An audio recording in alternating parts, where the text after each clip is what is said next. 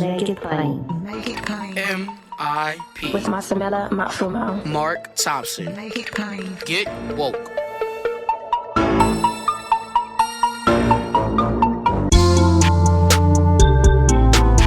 God bless you. Get woke. Folks, MIP is now COVID-free, meaning free to all subscribers as we navigate this pandemic. We're thinking about everyone, and we've got to get through this together. So for a limited time, no fee to subscribe to Make It Plain on your favorite podcast app.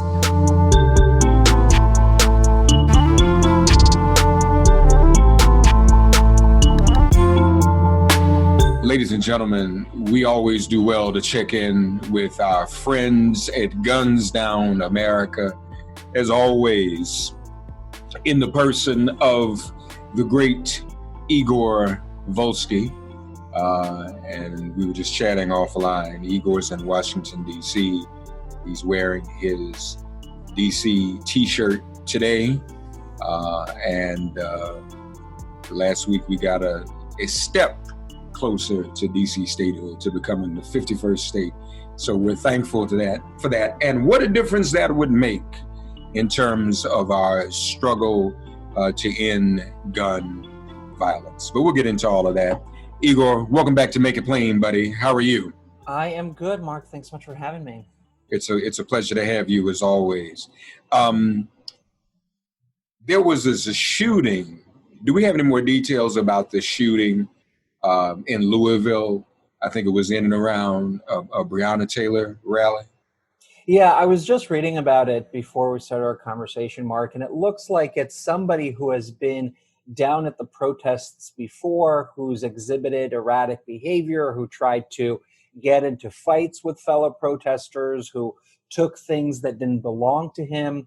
The organizers down there pushed to get him removed and kicked him out several times, and it looks like this time he came back with a firearm and killed an individual who was taking photographs of the shooting. But Mark, we've been closely tracking instances of armed intimidation and shootings at these protests since about May 26th, 27th, and we've identified just between that period, the end of May, and about June 8th, June 9th, about 130 instances of firearms at these protests. 60 of them appear to be connected to white nationalists and white supremacists. This Louisville one isn't, it looks like, but about 60 of them have been during that period. And to me, what it really underscores is the fact that we have to raise the standard of gun ownership in this country. The fact that individuals motivated by hate or motivated by the need to disrupt or whatever they're motivated by are easily able to obtain incredibly dangerous weapons, and in this instance, go to protests across the country and cause harm, cause intimidation, obstruct somebody's ability to exercise their First Amendment rights of freedom of speech and freedom to assemble is a big, big problem. So we yesterday called on the governor of Kentucky to really prioritize gun reform. Kentucky, as you know, Mark, has incredibly loose and permissive gun laws. It's time for that to change on the state level, and it's time for that to change nationwide. We got to increase the standard. Kentucky, the governor, Democrat or Republican, right? Democrat governor in Kentucky has a Republican legislature, so it's obviously difficult to get something done. But look, we have to get a conversation started. That governor has to think about what kind of executive actions he can take as an individual that are even more limited, but will move us in the right direction. But if we don't talk about it, if we don't raise this as a major problem to our fundamental constitutional liberties, we're not going to get anything done. So let's at least start the conversation. Has the governor responded yet or given any previous signals as to being close to our position? He, I think, generally, is, as you can imagine, being the governor of Kentucky, hasn't said too much on this issue. But we're going to be this morning and throughout the week talking to organizers down on the ground in Kentucky and thinking through what are the best next steps towards pushing more pressure on the governor and towards really, making this a priority. Let's stay in Kentucky for a minute, Igor. Doesn't Kentucky have a senator who's also the Senate Majority Leader? They do. I've heard this, yes. And he himself, if I'm not mistaken, is a handmaiden of the NRA, isn't he?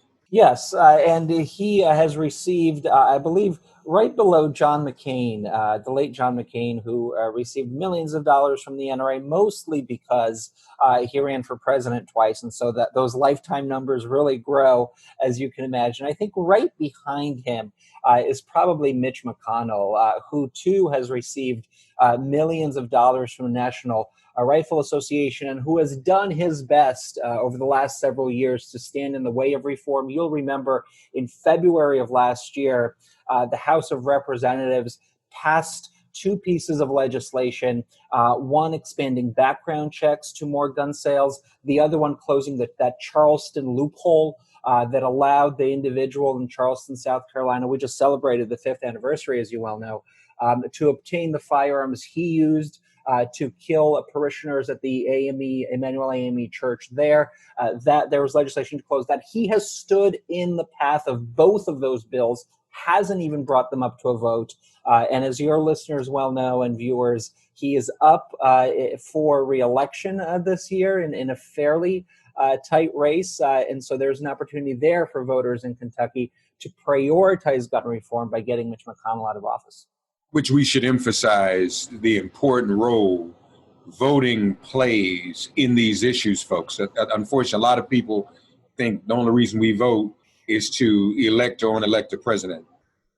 But when you've got someone like Mitch McConnell, who is such a handmaiden to the NRA and can impact and block important legislation for gun reform, that's when our votes become more and more urgent. And we won't even get into, 200 judges who can sit on benches and legislate further proliferation of guns from the bench. Right, Igor? That's absolutely true. I mean, just last week, the Supreme Court turned away, thankfully, multiple challenges to laws across the country that challenged laws that limited the ability of individuals to carry guns outside of the home, that challenged laws in Massachusetts and Illinois specifically banning assault-style firearms and assault-style ammunition, that challenged laws that required individuals in New Jersey, for instance, to demonstrate a need to obtain a license for a firearm. These are all state-based protections that have been critical in reducing gun violence rates in those states. And had the courts taken up those challenges, there would have been a real risk of those laws falling, and of course, then establishing a precedent that saw the Second Amendment as some kind of super right that, as we see in this case, right, allows individuals to infringe on the First Amendment rights of protesters and organizers and those assembling. So it's incredibly important, as you point out, voting, which is clearly here connected to judges who review a lot of these laws. But I also have to say that it's also so critical for folks on the state level to begin organizing around the gun issue. Because at the end of the day, yeah, we talk a lot about federal policy, but most gun laws are made on the local level, mostly on the state level now, because a lot of states, as you know, have these preemption laws which prohibit local cities and towns from tightening their own local gun laws. And so that's why the more people in the states begin prioritizing this issue, thinking about it, organizing around it, the harder it is for state lawmakers, for lawmakers who we send to the House of Representatives and to the Senate to simply turn a blind eye, take that check from the NRA like Mitch McConnell has done, and then do nothing about the issue. So, our organizing around this is important. And let me just say also, as we're in this conversation about defunding the police, about restructuring the police, thinking about, are there services we can take out of police departments and put them in the hands of social workers and other individuals who are trained in dealing with different kinds of instances?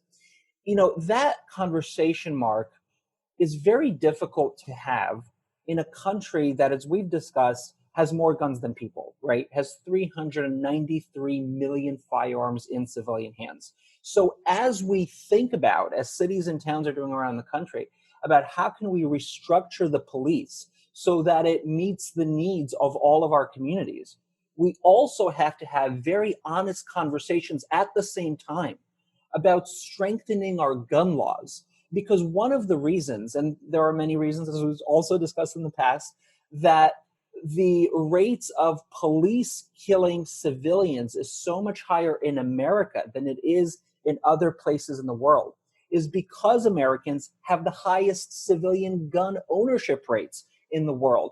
And police in America, unlike in other countries, are always concerned when they do a traffic stop, does this individual have a firearm? When they go out on a domestic violence call, which are often very deadly, can this call produce gun violence? And so in many ways, that creates a mentality. There's a lot of studies around this, actually. That creates a mentality in police officers that they always have to have their hand on their firearm. And as we've seen, when you connect that with racism, when you connect that with a certain police culture, that leads to a disproportionate impact of African-American men being gunned down by police. But that core problem of gun access really contributes to this problem that we're discussing of brutal policing in America. And I hope that the gun issue is really woven into the analysis because it's absolutely critical.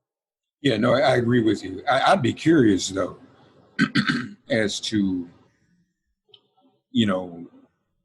well, when we look at police having that concern about civilians owning guns, it still seems to be, and I know this from having, spoken and taught at police academies,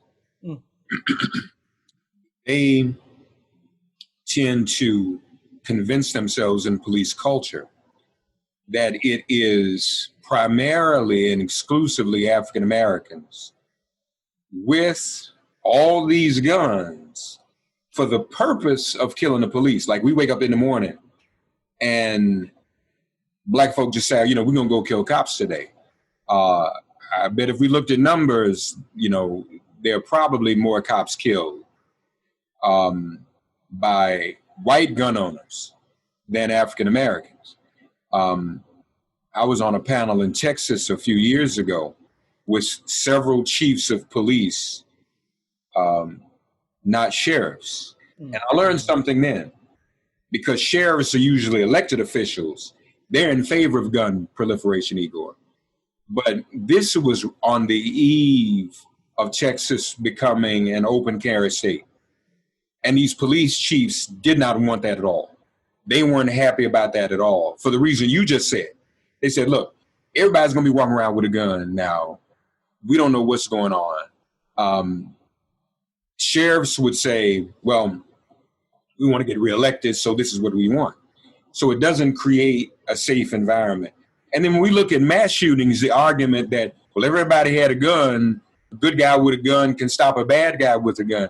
But if I'm a cop, and I show up and I see a bunch of people with guns, I don't have the luxury of trying to determine the good guy from the bad guy. I just see a bunch of people with guns. So you're right, it's crazy. And it makes sense when we look at what other countries do when it comes to this.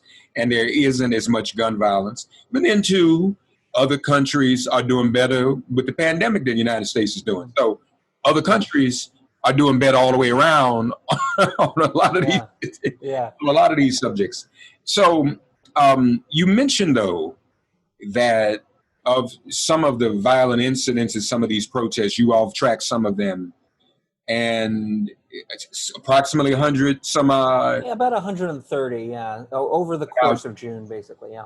And about 60 were linked to white supremacist organizations. Well, so as you've seen, Mark, and there's been so much reporting around this Boogaloo movement, Right. which is a movement of mostly white men. Some of them are openly white racists and neo-Nazis and white nationalists. Others aren't.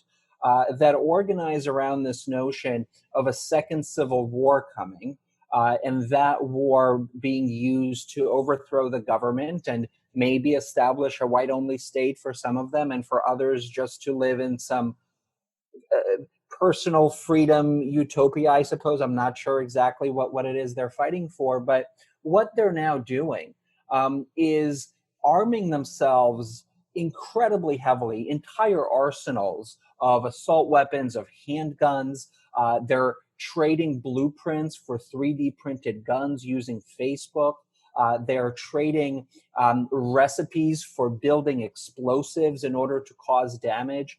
These individuals and this loose group of folks that organize using Facebook and TikTok and other kinds of social media are very good at exploiting crises. So you saw them at the Reopen rallies that we saw in April and May around the country. You see them in these Hawaiian shirts. We saw them as we've been tracking at the George Floyd protests over late May and early June and into mid-June.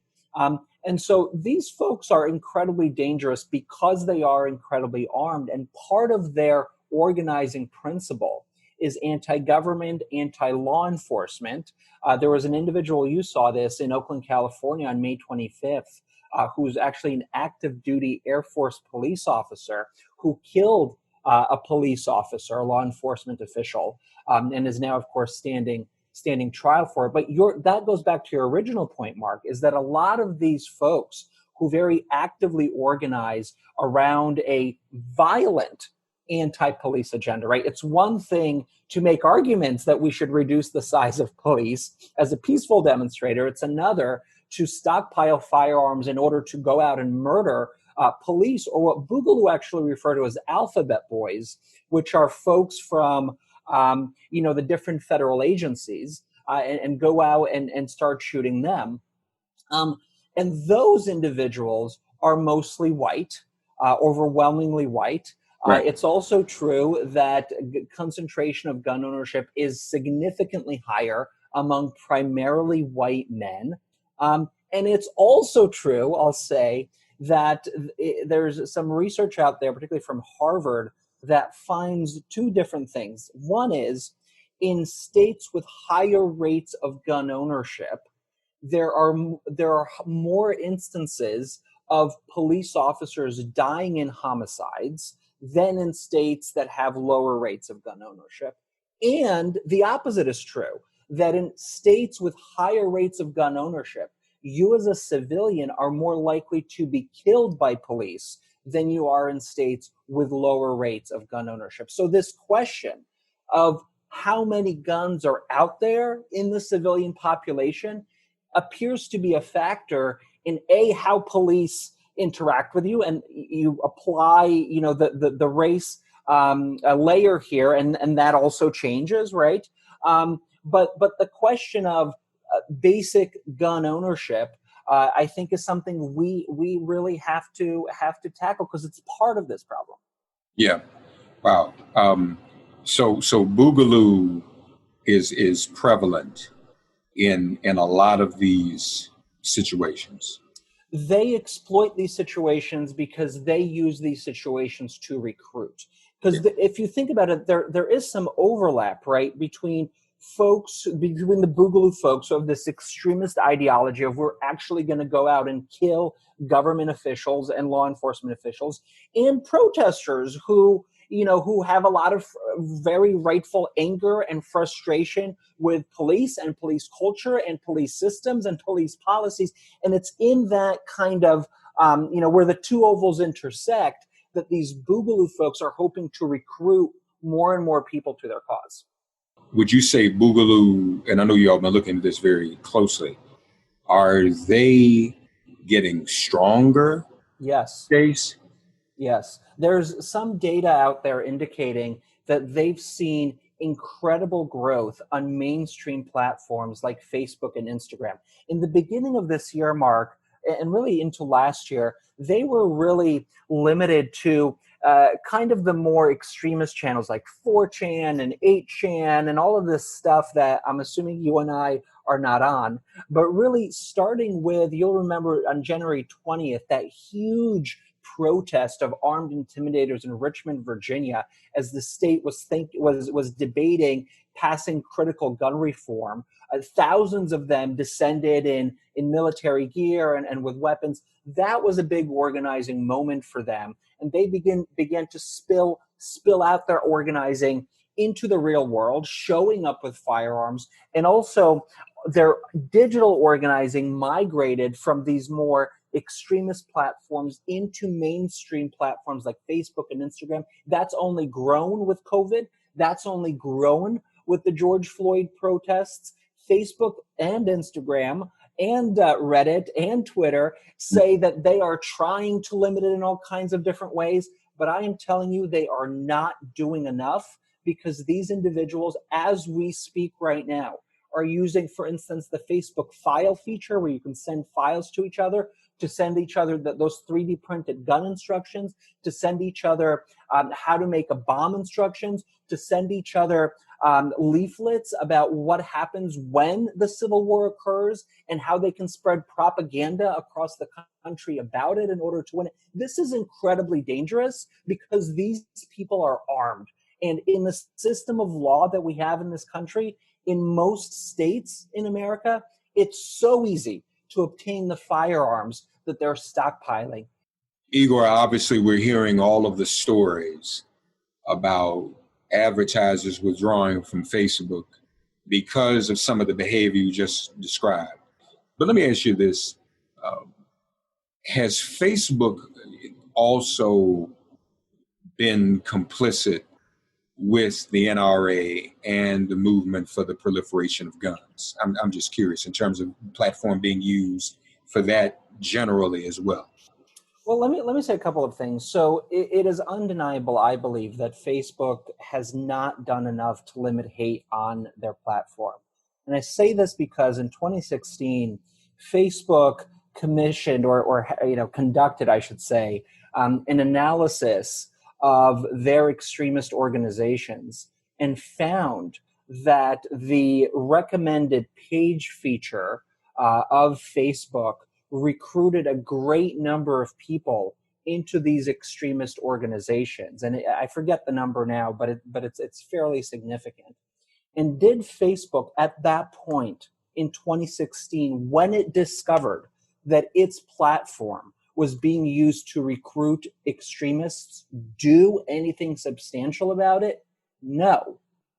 Now that there's this national conversation about what we need to do as a nation to reform brutal police culture, to reform racist laws, and you have this incredible coalition of civil rights organizations coming together and urging Facebook to take action. And you have advertisers, over 125 advertisers, saying they're going to pause advertising on the platform.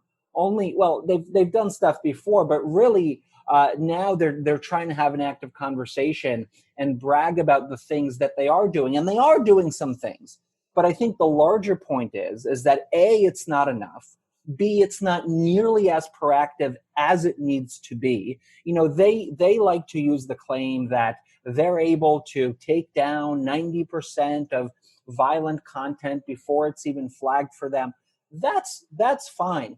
But imagine, Mark, if United Airlines or Delta or whoever told us that 90% of their pilots are sober. They can guarantee you that 90% of how would you feel about that? And for a company that's the size of Facebook, that has the resources of Facebook, there's absolutely no reason why the policing of extremist pages can't be much more aggressive than it is now, because of the fact that the company has known about the problem since 2016, and we're now in 2020, and we have more hate groups organizing on Facebook and other digital platforms than ever before. And a lot of that hate, as we've been discussing, pouring out into the real world only underscores the fact that A, we need to do more, and B, they need to do more. You and I haven't talked since some of the clashes in the protests, particularly at the White House. Yeah. During which time Trump invoked the Second Amendment, didn't he? What, I don't understand it. What does that have to do with anything in this current climate, and particularly, as we're dealing with a pandemic and a police demic?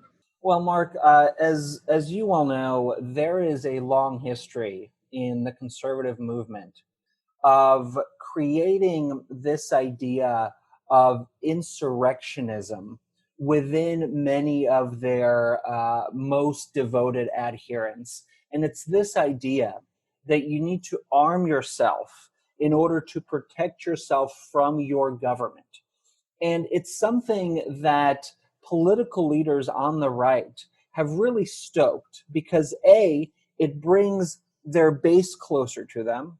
B, it helps gun manufacturers sell more guns. C, it helps the NRA pull in more members. And it really serves as kind of the glue of this broader conservative ideology about the need for smaller government and this general distrust of government, which of course is really the common factor of a lot of conservative political ideology. And over the last, several decades now, you've had conservative leaders stoke this idea of you need a gun in order to protect yourself from the government. You'll remember in 2010, Sharon Angle, who ran against Harry Reid in Nevada, talk about second. Her name. I'm sorry. It's not Sharon Angle. Sharon. You said it right. No, so I just had a moment of PTSD when you mentioned her name. Oh yes. But she talked about the fact that people would need Second Amendment remedies if Harry Reid isn't able to be voted out of office. You see people like Rand Paul talk about the fact that if the election doesn't go their way, or if it doesn't elect more Republican office holders, then you're going to need Second Amendment remedies. You saw Donald Trump earlier in 2016 talk about Second Amendment people taking action if Hillary's elected president and appoints justices to the court that they disagree with.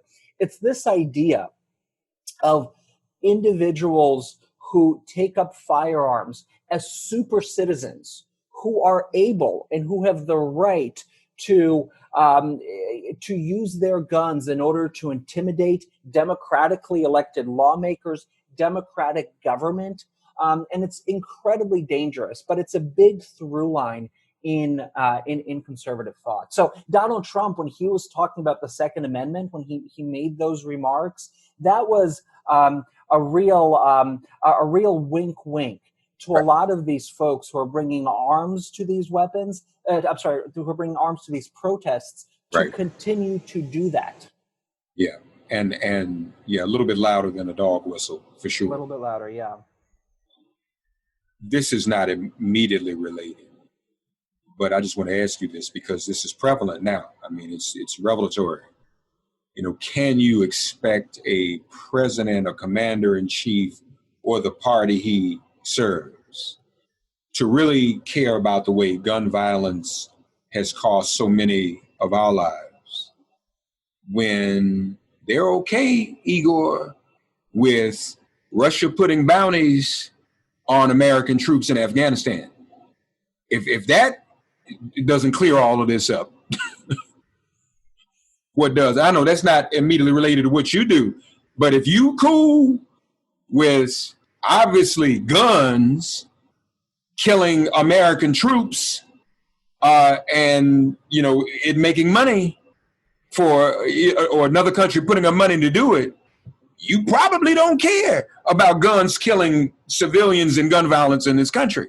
Mark, I am really having a hard time understanding, and I'm sure you are, and many of your listeners are as well, of how this administration is currently operating in this with this sense of literally nobody's life matters. I mean, you saw on Friday the vice president speaking at the coronavirus task force, refusing pointedly, although now I think he walked it back, refusing to say that people should wear masks. The story broke right after that at that rally in Oklahoma, that Trump officials were removing social distancing signs out of that arena to make sure people really didn't social distance, when we know and all the science obviously shows that social distancing masks help stop the spread of the coronavirus. So I am having a hard time understanding why this administration believes there's an advantage to more Americans dying. It'd be one thing, if we were only talking about Black and brown communities, right? You'd understand that the president has on multiple occasions, privately at least, has said, these are not my voters. I don't care what happens to them. The fact that he's, making structural changes like trying to take people's health care away is only a testament to that, how much he doesn't care about communities that aren't him.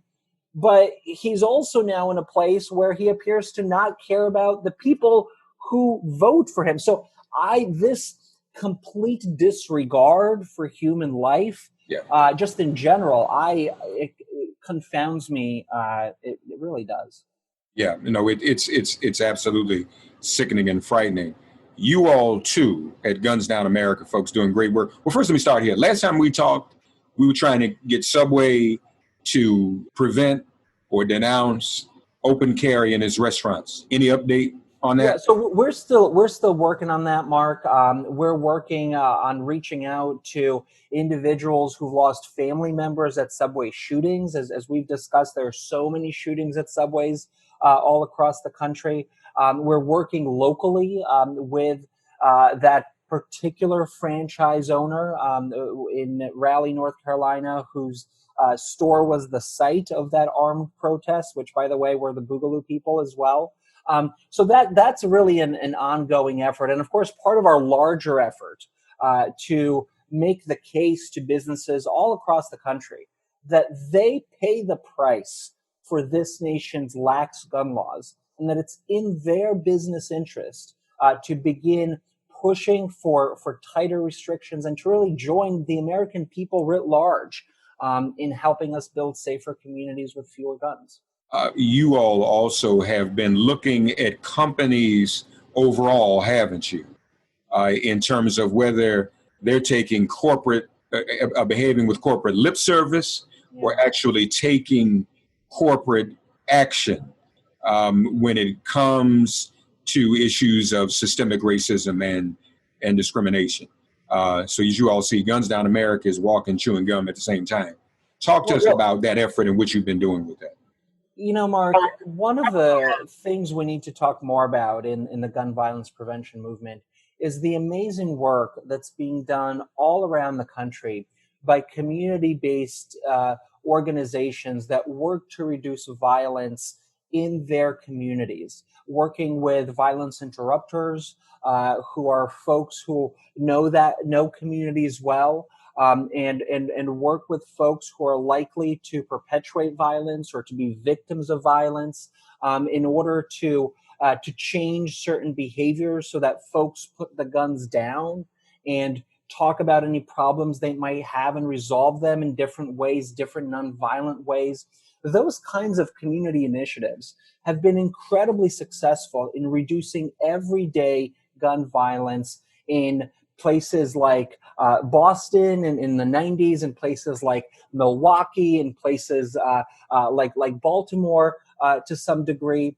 And what we're trying to do and what we're working on now, Mark, is partnering with a lot of those fantastic voices in pushing large corporations to really invest in those communities and invest in those kinds of initiatives, because they are having a big impact on the ground of not only reducing everyday gun violence, but also reducing the over-policing of Black and brown communities. Because, of course, if you can stop an instance of gun violence through violence interrupters, that not only saves lives, but that also offers people all kinds of different opportunities. So it's great to see companies all across the country tweeting the right things, putting out press statements that are supportive, but they really need to do a lot more. They need to invest in communities in their own backyard.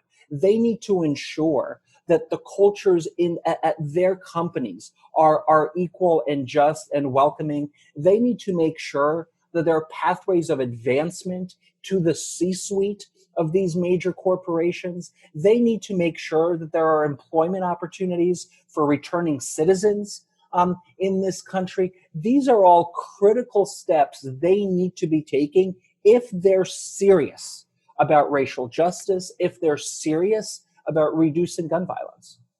This is an incredible piece of research you've done. I'm just going through this. Folks, just about every company you can think of is listed here in terms of what they've done and not done. And frankly, a lot of it is a bunch of statements and social media posts. That's not enough. And people should go here and look where they spend their money. Y'all going to 7-Eleven all the time. 7-Eleven. Response, none, zero, when it comes to systemic racism and racial injustice. All the places where people shop.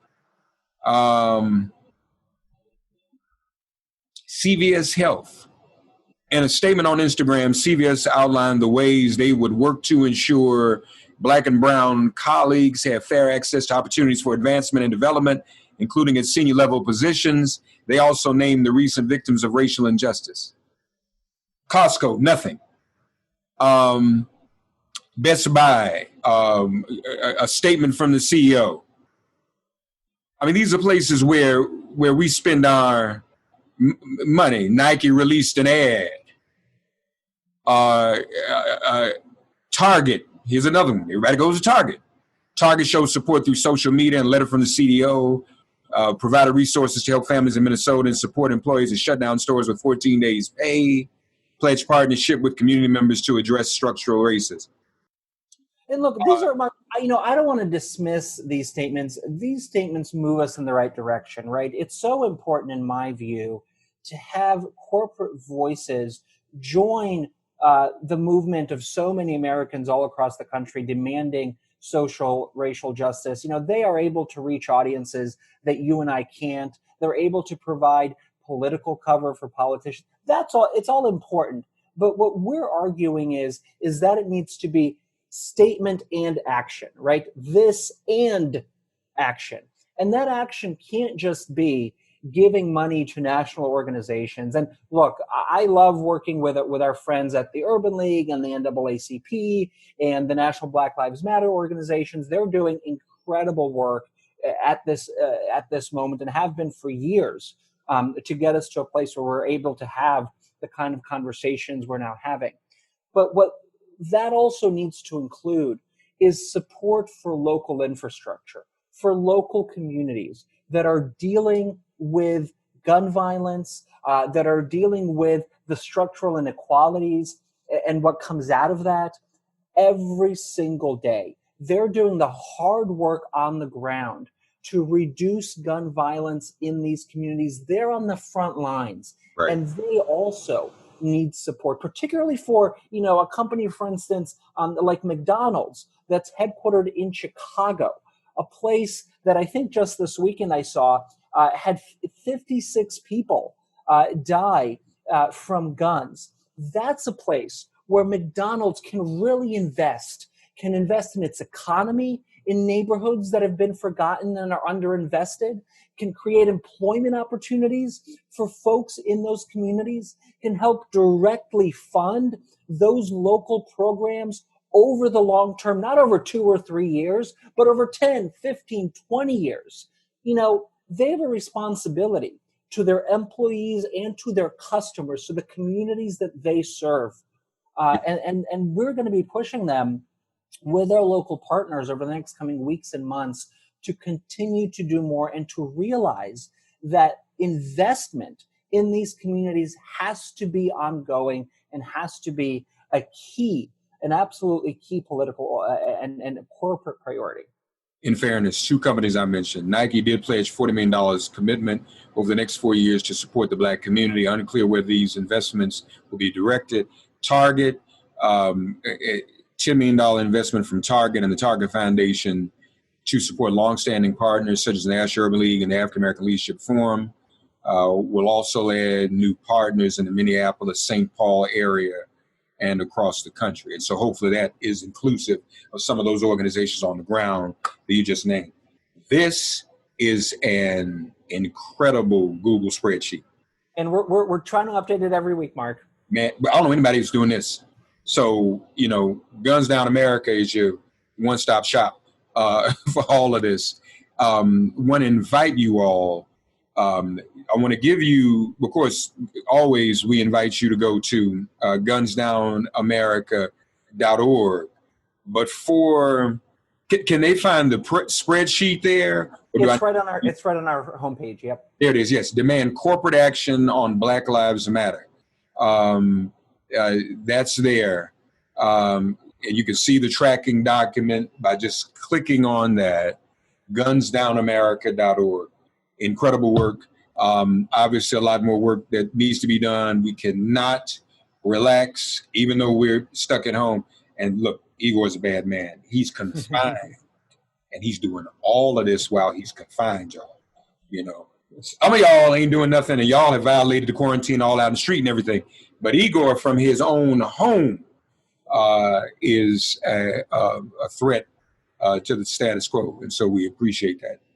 Well, Mark, I wouldn't be able to do it without our great team at Guns Down America, at gunsdownamerica.org. We invite folks to become involved in this effort, in our movement. We need everybody, absolutely everybody, to continue to fight against armed intimidation, against companies not doing enough to reduce gun violence, and to ultimately create a pathway for us to pass real reforms to build a future with fewer guns. Igor, thank you, buddy. Appreciate it. Gunsdownamerica.org, folks. Check it out. God, you are our refuge. Send our ancestors to guard our doors. Cast out this virus from our communities and our bodies. Heal, bless, and protect everyone listening and their loved ones. Thank you for listening to Make It Plain and Get Woke. Remember to listen, like, and subscribe on Apple Podcasts, Spotify, and wherever you get your podcasts. If all minds are clear, it has been made plain.